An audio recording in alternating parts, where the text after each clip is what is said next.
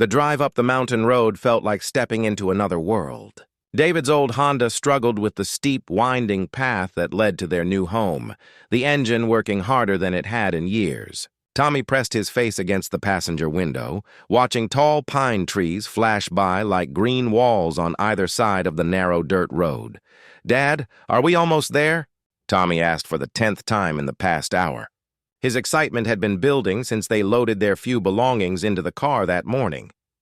"Should be just around this next bend, buddy," David replied, though he wasn't entirely sure. The GPS on his phone had stopped working about 20 minutes ago when they'd lost cell service.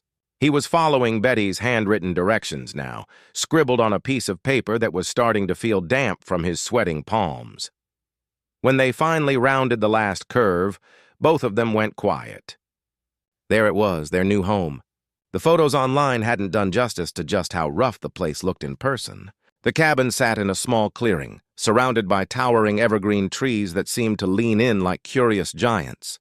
Missing shingles on the roof created a patchwork pattern, and several windows were boarded up with weathered plywood. Wild grass and weeds had taken over what might have once been a front yard, but Tommy saw something different than his father did. While David noticed the sagging front porch and the paint peeling off the exterior walls like old sunburn, Tommy saw adventure waiting around every corner. "It's perfect, Dad," Tommy said, jumping out of the car before David had even turned off the engine. "It's like a real wilderness cabin from the movies." David smiled despite his growing concern about what they'd gotten themselves into. His son's enthusiasm was infectious, even when faced with what looked like months of backbreaking work ahead of them. The first challenge came immediately. The front door was stuck tight, swollen from years of mountain weather. David had to put his shoulder into it 3 times before it finally gave way with a groan that echoed through the empty rooms inside. The smell that greeted them was a mixture of dust, old wood, and something earthy that spoke of a house that had been closed up for too long. Inside, the cabin was bigger than the photos had suggested. The main room had a stone fireplace that dominated one wall, though the chimney would definitely need work before they could use it safely. The kitchen was tiny but functional, with cabinets that had probably been installed decades ago. 2 small bedrooms sat off the main living area, and there was a bathroom that David hoped would actually work once he figured out how to turn the water back on. Their first night in the cabin was an adventure Tommy would never forget. They had no electricity, so David set up battery-powered lanterns around the main room, creating pools of warm light in the darkness. They ate sandwiches for dinner and played cards by lamplight while wind whistled through gaps in the walls they hadn't noticed during the day.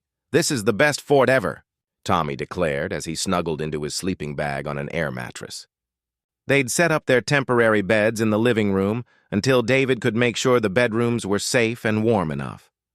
But David lay awake long after Tommy had fallen asleep, listening to all the sounds an old house makes in the mountains. Creaks and groans, scratching noises that could be tree branches against the roof, or could be small animals that had made themselves at home. Every sound made him wonder if he'd made a terrible mistake bringing his son to this isolated place. The next morning brought their first real surprise. David woke up to find Tommy already awake, sitting by one of the windows and staring outside with wide eyes. "Dad, you have to see this," Tommy whispered, as if speaking too loud might scare something away. David crawled out of his sleeping bag and joined his son at the window. Outside, not 20 feet from the cabin, a family of deer was grazing in the morning sunlight.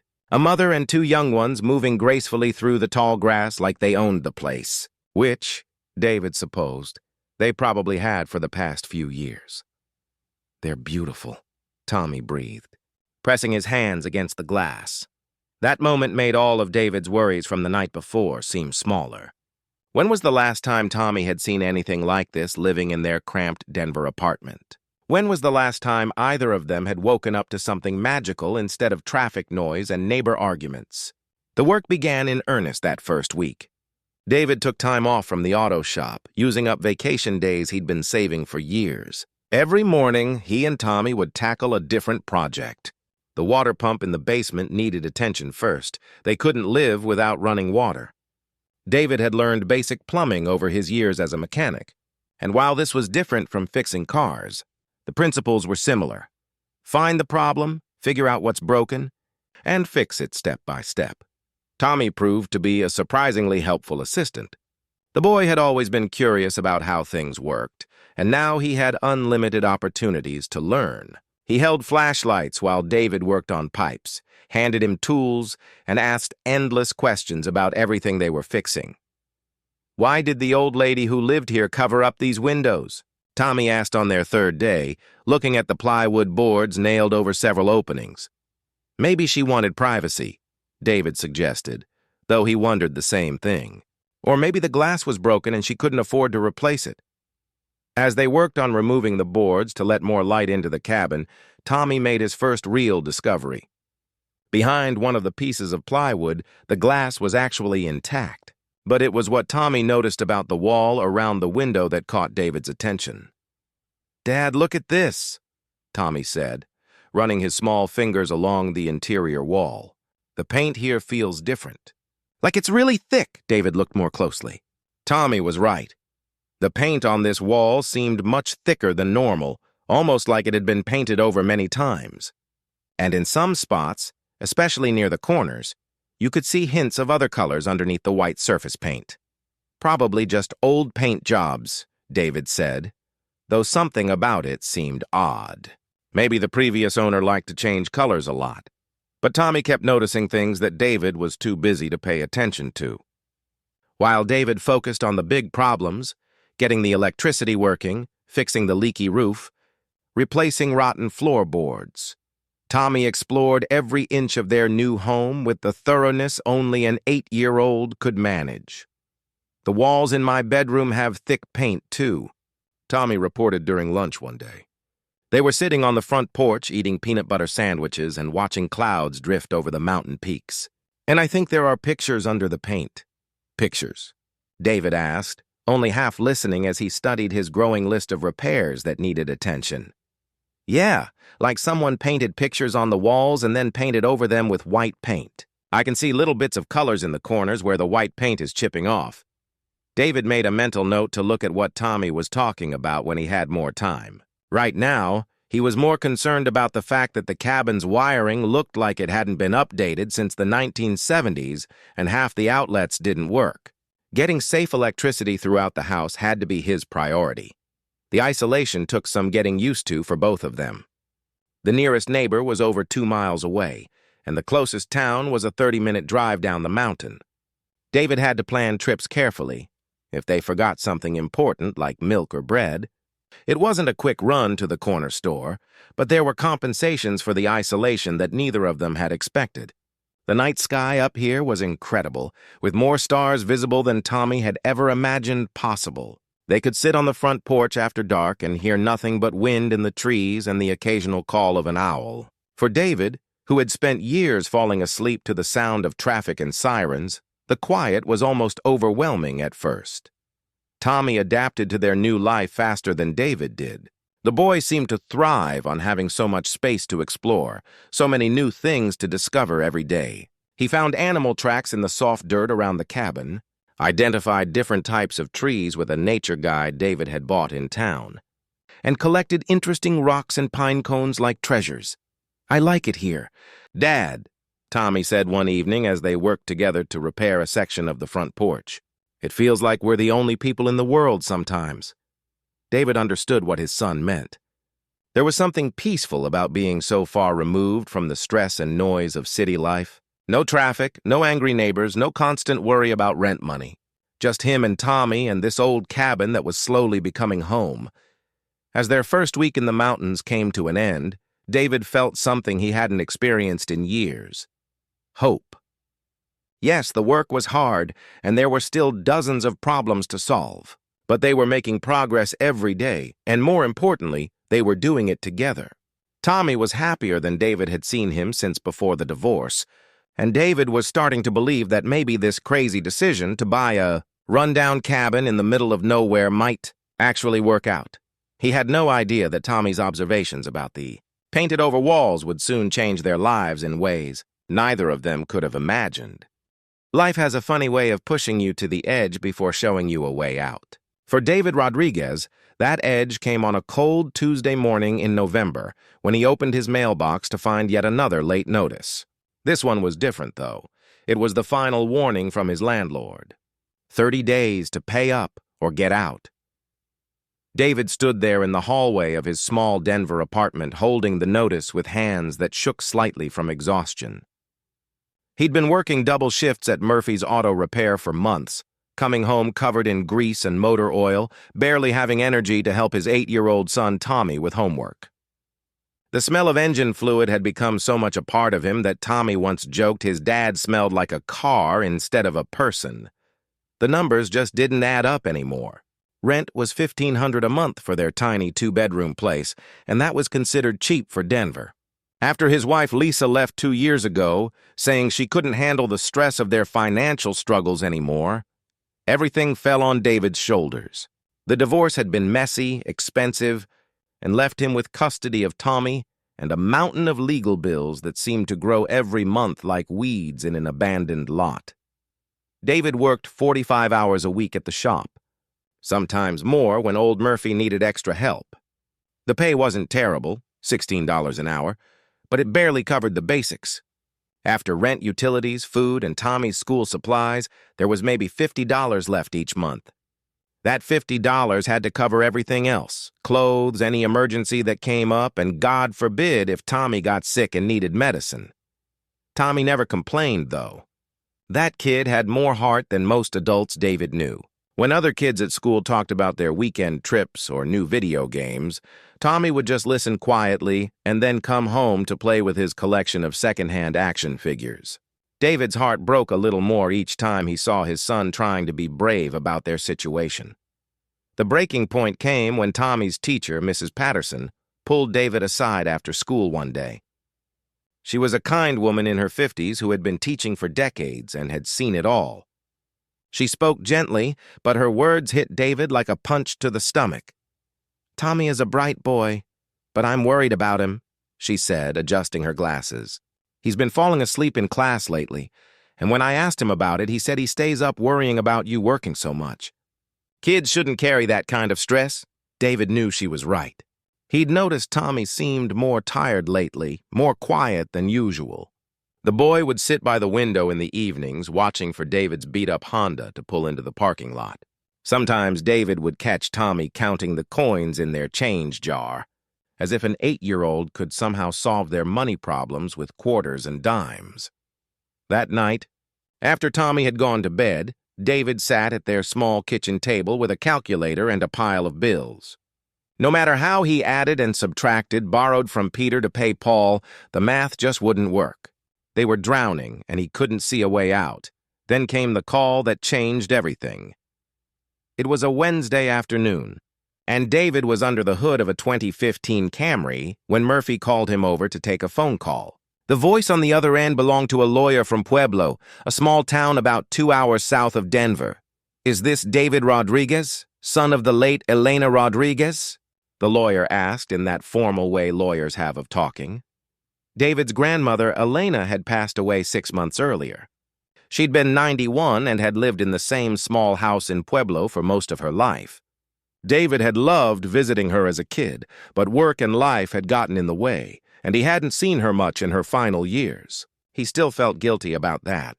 The lawyer explained that Elena had left David something in her will, $15,000, that she'd saved over the years from her job at the local grocery store and her late husband's small pension.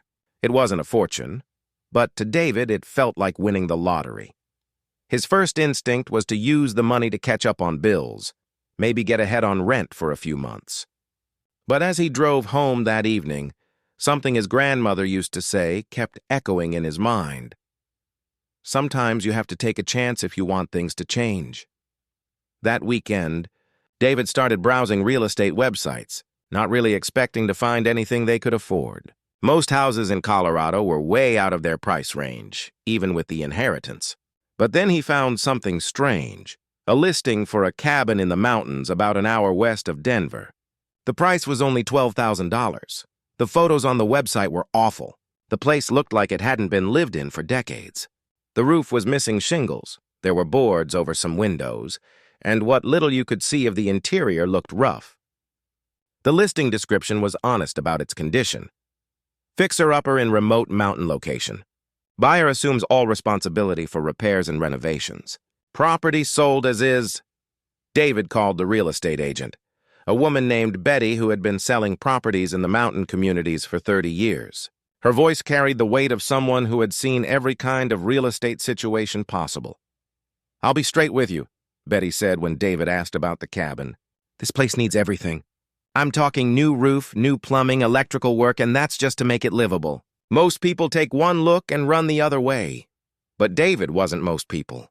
He was a man who fixed things for a living, who wasn't afraid of hard work, and who was desperate enough to take a chance. When Betty told him the property sat on 5 acres of land in the mountains with no neighbors for miles around, something clicked in David's mind. The cabin had belonged to an old woman named Eleanor Hartwell, an artist who had lived there alone for decades before passing away with no known family. The state had eventually put it up for sale just to get it off their books.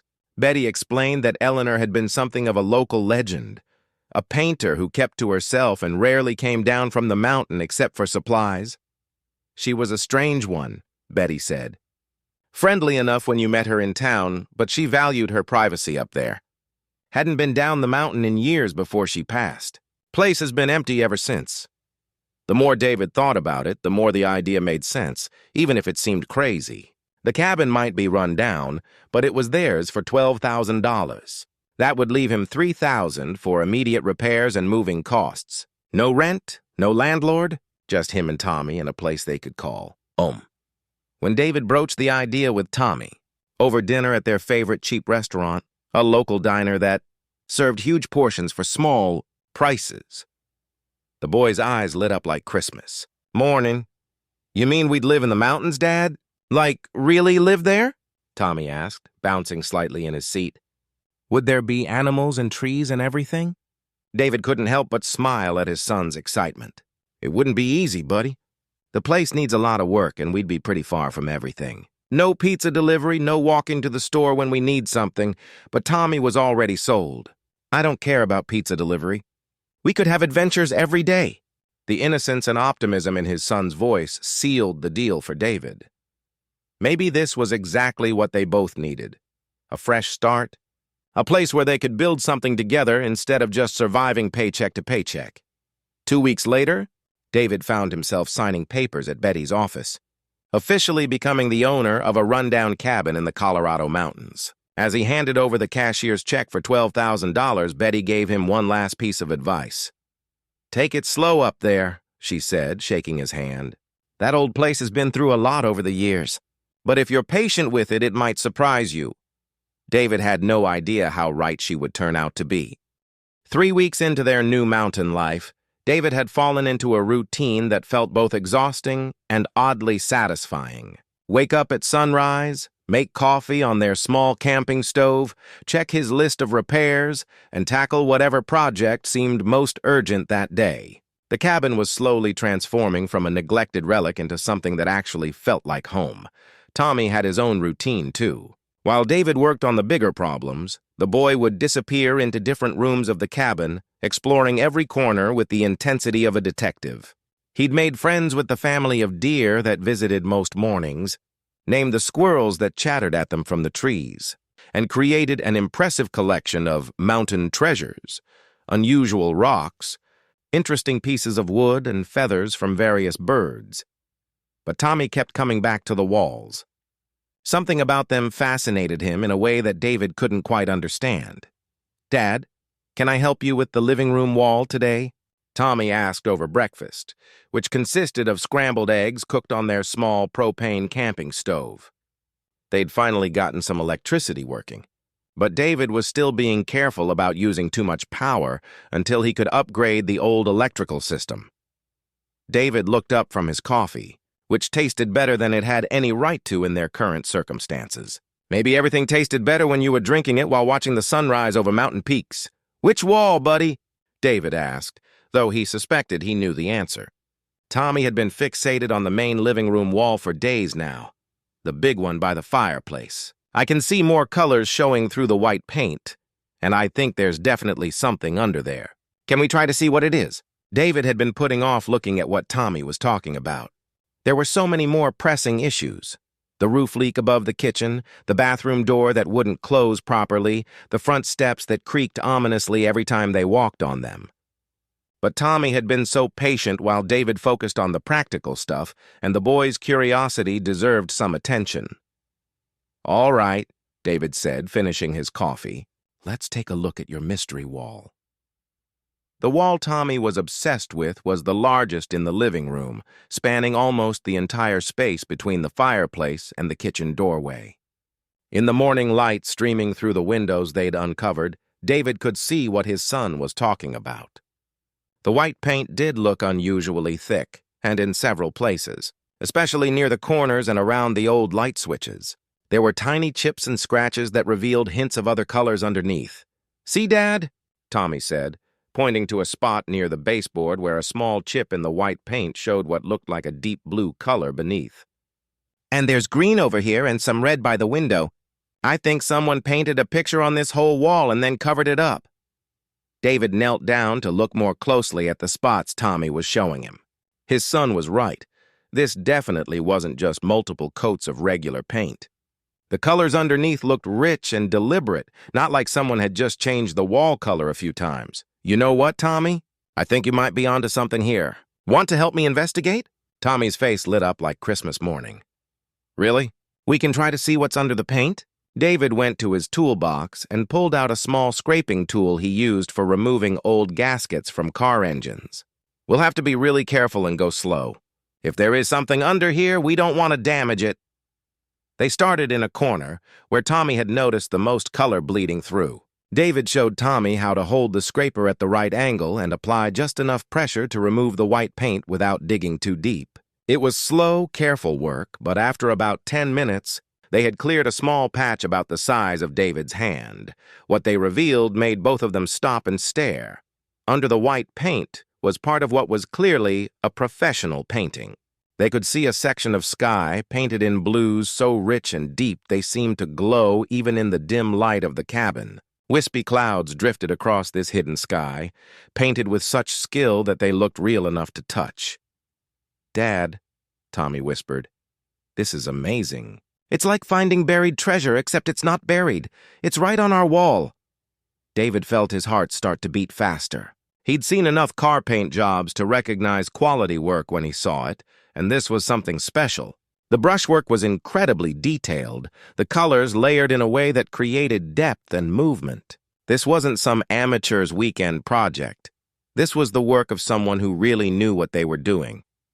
"Let's keep going," David said, his voice carrying a new excitement. "But slowly.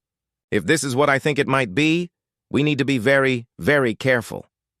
They worked for the next 2 hours, taking breaks when their hands got tired from the precise scraping work. As more of the painting was revealed, both of them became more amazed by what they were finding. The sky section connected to what appeared to be the top of a mountain landscape. They could see the hints of pine trees, painted with such detail that you could make out individual branches. By lunchtime, they had uncovered a section about 3 feet wide and 2 feet tall, and it was clear they were looking at part of something much larger. The painting seemed to extend across the entire wall, and the quality was unlike anything either of them had ever seen up close. "Why do you think someone would cover this up?" Tommy asked as they sat on the front porch eating sandwiches. He kept turning to look back through the doorway at their discovery. "I don't know, buddy. Maybe the person who painted it wasn't happy with how it turned out? Or maybe someone else who lived here didn't like it and wanted plain walls instead." But even as he said it, David didn't believe his own explanation. What they'd uncovered was too beautiful, too skillfully done to be something someone would want to hide. There had to be another reason. After lunch, David made a decision that would change everything. Instead of going back to his list of practical repairs, he decided to focus on the wall. Tommy's excitement was infectious, and David found himself as curious as his son about what they would find. They worked steadily through the afternoon, developing a rhythm. David would scrape away larger sections, while Tommy used a smaller tool to work around the detailed areas. As the hours passed, more of the incredible landscape emerged. They found a meadow painted in greens so varied and nuanced that it looked like you could walk into it. Wildflowers dotted the painted grass, each one detailed enough to identify the specific type. In the distance, mountains rose in layers of purple and blue, creating a sense of depth that made the wall seem to disappear. But it was Tommy who made the discovery that would answer all their questions. "Dad, look at this!" Tommy called out, his voice high with excitement. He was working on a section in the lower right corner of the wall, near where a built-in bookshelf had once been attached. "There's writing here!" David hurried over to where his son was carefully scraping away white paint from what looked like a small section of the painted meadow. As the paint came away, letters began to appear, dark letters painted directly onto the landscape, almost hidden among the painted grass and flowers.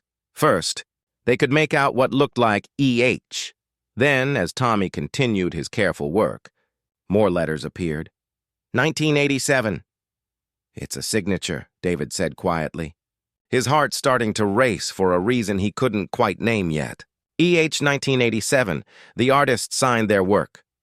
Tommy looked up at his father with wide eyes.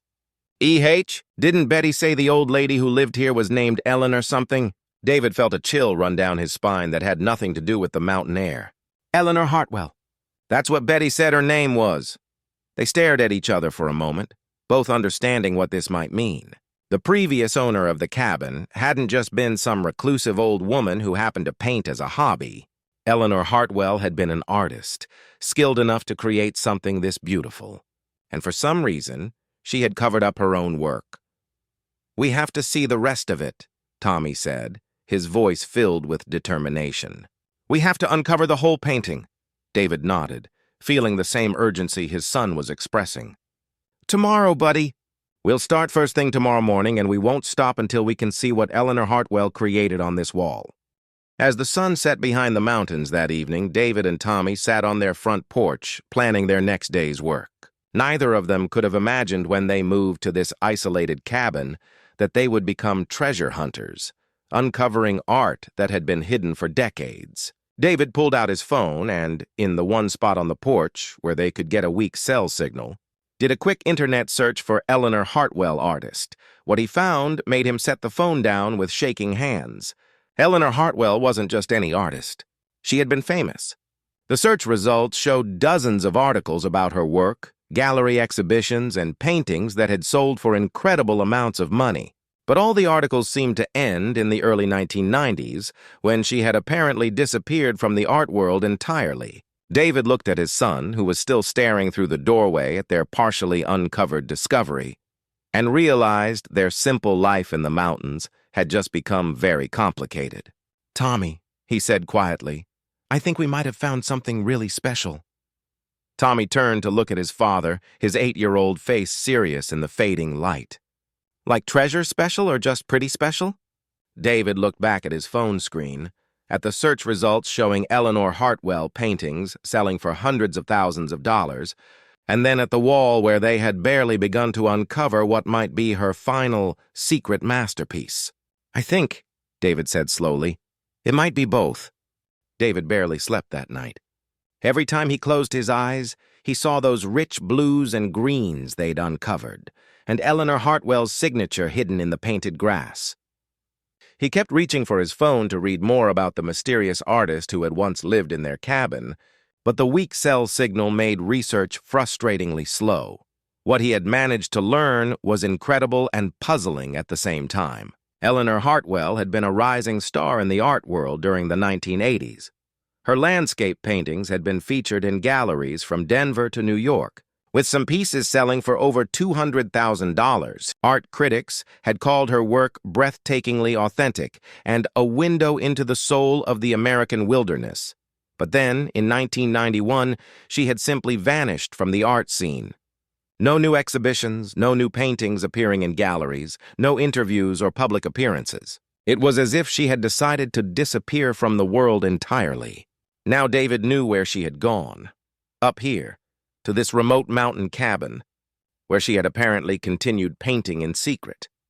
Tommy was up before dawn, practically bouncing with excitement to continue their discovery. "Come on, Dad! We have to see what else is under there!" By 7 in the morning, they were back at work on the wall. David had bought proper art restoration tools during a trip to town the day before. Gentle scrapers, soft brushes, and special solvents designed to remove paint without damaging what lay beneath.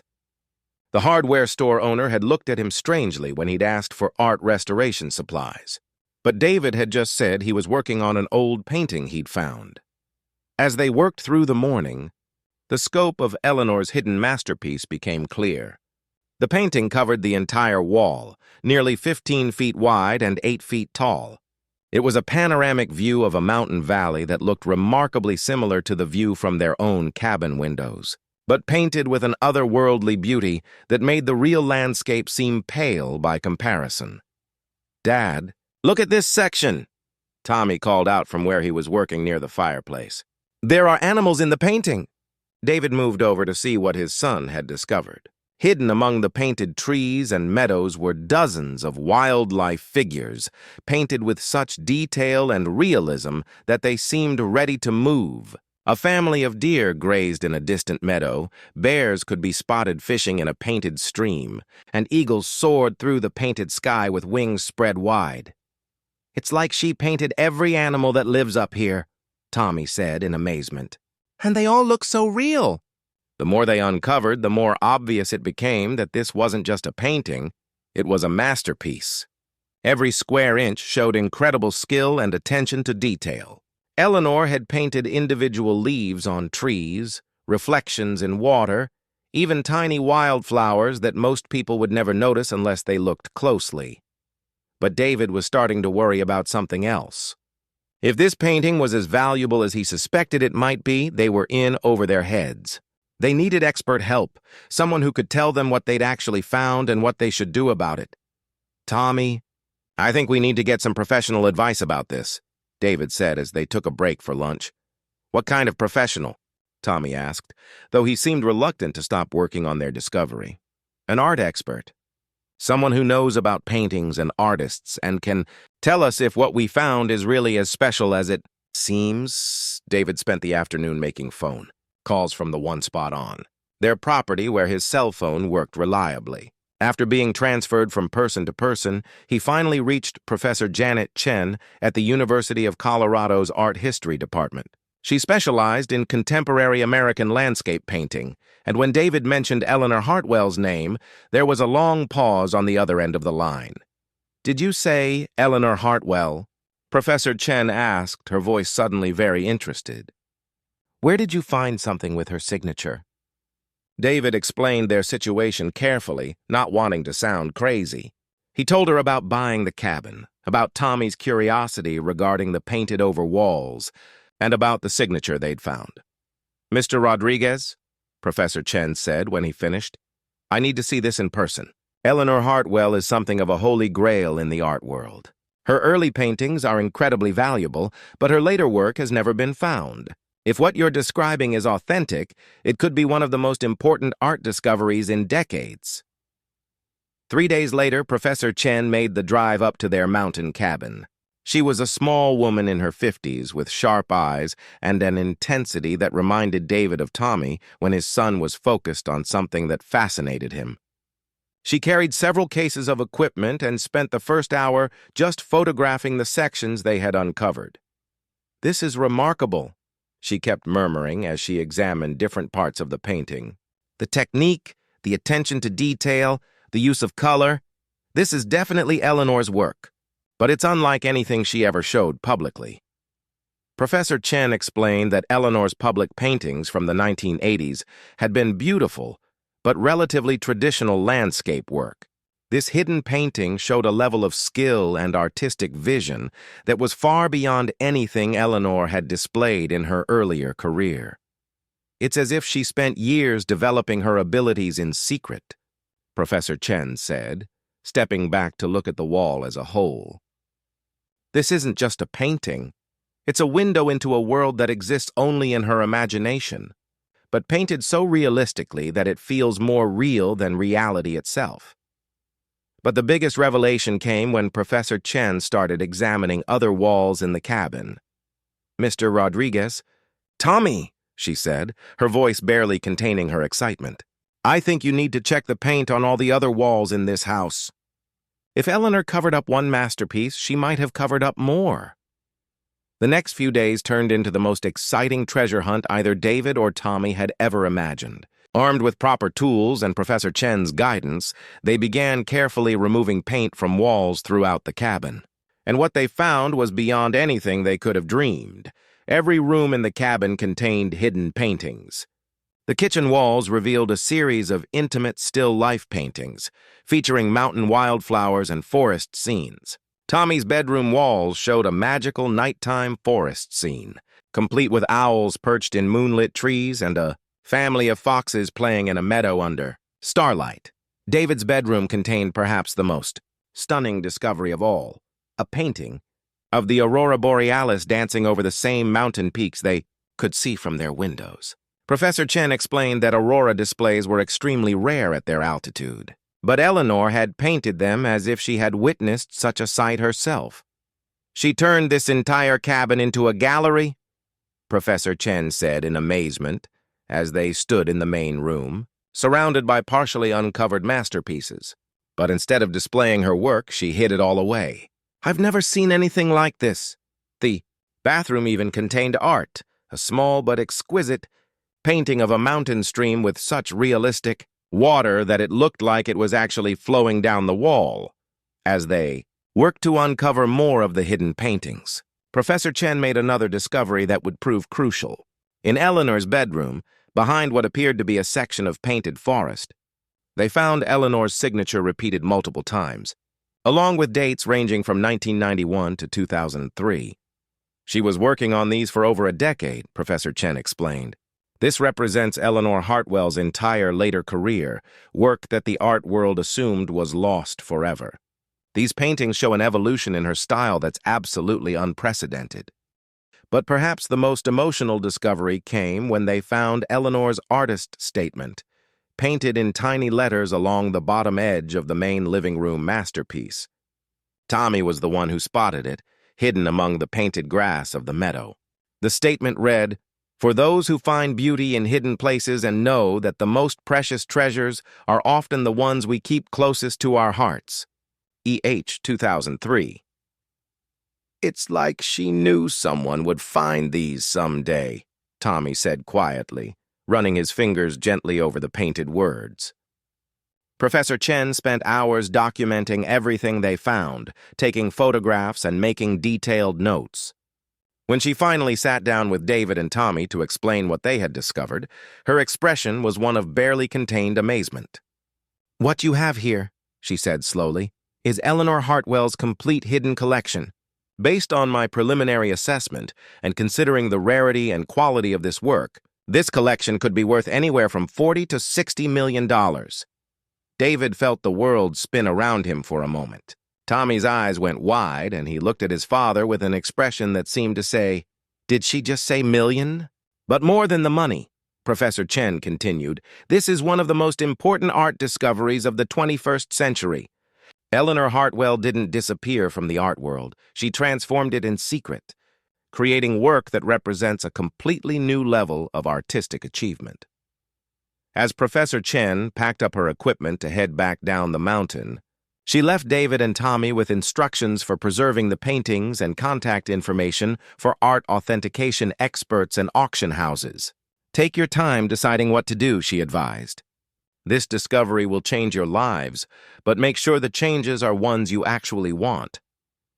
That evening, as David and Tommy sat on their front porch watching the sunset paint the real mountains in colors that rivaled Eleanor's hidden masterpieces, neither of them spoke for a long time. Finally, Tommy broke the silence. "Dad, we're rich, aren't we?" David looked at his son, then back at the cabin that had transformed from a desperate purchase into a treasure trove beyond their wildest dreams. "Yeah, buddy, I think we are."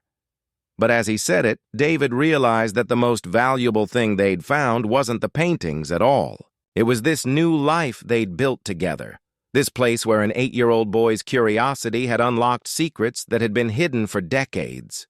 The money would change everything, but sitting there on their mountain porch with his son beside him, David knew they'd already found something far more precious than any amount of money could buy. The weeks following Professor Chen's visit felt like living in a dream that David kept expecting to wake up from. Phone calls came daily from art dealers, museum curators, and reporters who had somehow gotten wind of their discovery. David had to get a new phone number after the third journalist showed up unannounced at their mountain cabin. "Dad, there's another car coming up the road," Tommy would announce from his favorite lookout spot by the living room window. It had become their routine. Tommy served as their early warning system for unexpected visitors, giving David time to decide whether he wanted to deal with whoever was coming to see them. The authentication process took 3 months and involved more experts than David had ever imagined existed. Art historians, paint specialists, paper experts who analyzed the canvas underneath the paint, and even forensic investigators who could determine when each layer of paint had been applied. Every test confirmed what Professor Chen had suspected from the beginning. They had found Eleanor Hartwell's complete hidden collection, painted over a span of 12 years. The legal process was surprisingly straightforward. Since David had bought the property legally and Eleanor had died with no known heirs, the paintings belonged to him and Tommy, but deciding what to do with them was far more complicated than David had expected. The offers started coming in immediately. Museums wanted to buy the entire collection to keep it together. Private collectors offered astronomical amounts for individual pieces. Auction houses promised record-breaking sales that would make headlines around the world. $52 million, David said to Tommy one evening as they sat on their porch, going through the day's offers. "That's what the Smithsonian is offering for the whole collection." Tommy, now 9 years old and significantly more worldly than he'd been 6 months earlier, considered this seriously. "That's a lot of money, Dad, but what would happen to Eleanor's paintings?" "They'd be in a museum where millions of people could see them every year. Eleanor's work would be famous again, and people would learn about what an amazing artist she was." But Tommy had grown attached to their hidden gallery. He'd spent months exploring every detail of Eleanor's paintings, discovering new animals and hidden elements that even the experts had missed. The idea of strangers walking through their home, looking at the walls that had become so special to them, didn't feel right. "What if we kept some and sold some?" Tommy suggested. "We could keep our favorites and let other people see the rest in museums." It was exactly the kind of practical wisdom that made David proud of his son. Over the following weeks, they made their decision. They would sell most of the collection to museums, keeping only the main living room mural and the magical forest scene in Tommy's bedroom. Even selling just part of the collection would bring them more money than they could spend in several lifetimes. The sale process took another 6 months, but when it was finally complete, David and Tommy Rodriguez had $43 million in their bank account. The number was so large it didn't feel real even when David stared at his bank statement. "So what do we do now?" Tommy asked on the day the final payment came through. David had been thinking about that question for months. They could buy anything they wanted, go anywhere in the world, live however they chose. But sitting in their mountain cabin, surrounded by the 2 Eleanor Hartwell masterpieces they'd decided to keep, David realized he already knew what he wanted to do. "What would you think about helping other families like we used to be?" David asked his son. Tommy looked curious. "How do you mean?" "There are a lot of single parents out there who are struggling the way we were. Working 2 jobs, worried about rent, kids who don't get to be kids because they're stressed about money. What if we could help some of them find their own fresh start?" The idea grew from there. Within a year, David had established the Mountain Fresh Start Foundation. The organization helped single-parent families purchase homes in small communities throughout Colorado and surrounding states. Not fancy houses, just decent, affordable places where families could build stable lives, without the constant stress of rent, payments, and eviction notices. The foundation's first project was renovating 12 abandoned houses in a small town called Cedar Ridge, about an hour from their cabin. David hired local contractors and worked alongside them, using the skills he'd learned fixing up their own place. Tommy, who had developed a passion for construction work, spent his weekends helping paint walls and plant gardens. "It's like we're treasure hunters again," Tommy said one Saturday as they worked on installing playground equipment behind one of the renovated houses. Except instead of finding treasure, we're making it for other families. The program worked better than David had dared to hope. The first 12 families who moved into Cedar Ridge formed a close-knit community, helping each other with childcare, sharing meals, and supporting each other through the challenges of single parenthood. Within 2 years, the town had gone from nearly abandoned to thriving, with a new grocery store, a community center, and even a small library. David kept his promise to stay involved with each family. He knew from experience how isolating single parenthood could be, how easy it was to feel like you were facing everything alone. Every month, he and Tommy would visit the communities the foundation had helped establish, checking on families and listening to what they needed. "Mr. Rodriguez," said Linda, a single mother of 2 who had been one of their first families in Cedar Ridge. "I just wanted you to know that my daughter made the honor roll this semester. She's never done that well in school before. I think it's because she's not worried about us having to move anymore." Stories like Linda's made everything worthwhile. David had kept track. In the 3 years since they'd discovered Eleanor's paintings, the Mountain Fresh Start Foundation had helped over 300 families find stable housing. Children who had been moving from apartment to apartment were now playing in their own backyards. Parents who had been working multiple jobs to afford rent were now able to spend evenings helping with homework instead of rushing off to a second shift. Tommy had grown into an impressive young man through the process. Now 12 years old, he'd developed skills in construction, budgeting, and community organizing that most adults didn't have. But more importantly, he'd learned the satisfaction that came from helping others. "Dad, I've been thinking about something," Tommy said one evening as they worked on their own cabin's latest improvement project. They'd added a workshop where David could build furniture for the foundation's houses, and Tommy was helping him install new lighting. "What's that, buddy?" "When I grow up, I want to be an artist like Eleanor was, but also keep helping families like we do now. Do you think I could do both?" David smiled, remembering the 8-year-old boy who had been so curious about painted-over walls. "I think you can do whatever you set your mind to, Tommy. And I think Eleanor would be proud to know that her paintings helped so many families find their own hidden treasures. They'd learned more about Eleanor's story over the years, through letters found in the cabin's attic and conversations with people who had known her in town. They discovered that Eleanor had moved to the mountains after her own difficult divorce, seeking the same kind of fresh start that David and Tommy had found. She'd painted her hidden masterpieces as a way of processing her own journey, never intending them to be discovered, but somehow knowing they would be when the time was right. The cabin itself had become something special, too. David and Tommy still lived there most of the time, though they'd bought a small house in town for the winter months when mountain weather made the daily drive to Tommy's school too difficult. The cabin served as the foundation's headquarters, with Eleanor's remaining paintings inspiring everyone who visited. They'd kept Eleanor's artist statement visible in the main room. For those who find beauty in hidden places and know that the most precious treasures are often the ones we keep closest to our hearts. Visitors often asked David if he ever regretted not keeping all of Eleanor's paintings for himself, considering how much more valuable they'd become since the discovery made international news. "I learned something important from Eleanor," David would tell them. "The most beautiful art is the kind that touches people's lives. Those paintings are hanging in museums now where millions of people can see them and feel inspired. That's what Eleanor would have wanted." On quiet evenings, David and Tommy would sit on their front porch, just like they had during those first weeks in the cabin, watching the sunset paint the mountains in colors that still reminded them of Eleanor's hidden masterpieces. The deer still visited most mornings, and Tommy had taught several of the younger foundation kids how to identify animal tracks and tree species. "Do you ever miss the old days?"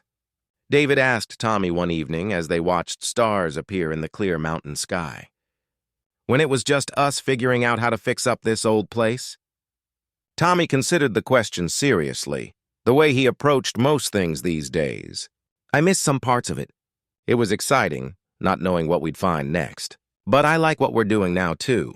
We're still discovering things. We're just discovering them by helping other people find their own treasures." David couldn't have said it better himself. They'd started their mountain adventure as a desperate father and son with nowhere else to turn. Eleanor Hartwell's hidden paintings had given them financial security beyond their dreams, but the real treasure had been learning that the best way to build a good life was to help others build good lives too. As they headed inside that night, Tommy paused to look at Eleanor's forest mural on his bedroom wall, just like he had every night for the past 4 years. "Thanks, Eleanor," he whispered, the way he always did. David smiled, knowing that somewhere among those painted trees and hidden animals, Eleanor Hartwell was probably smiling back.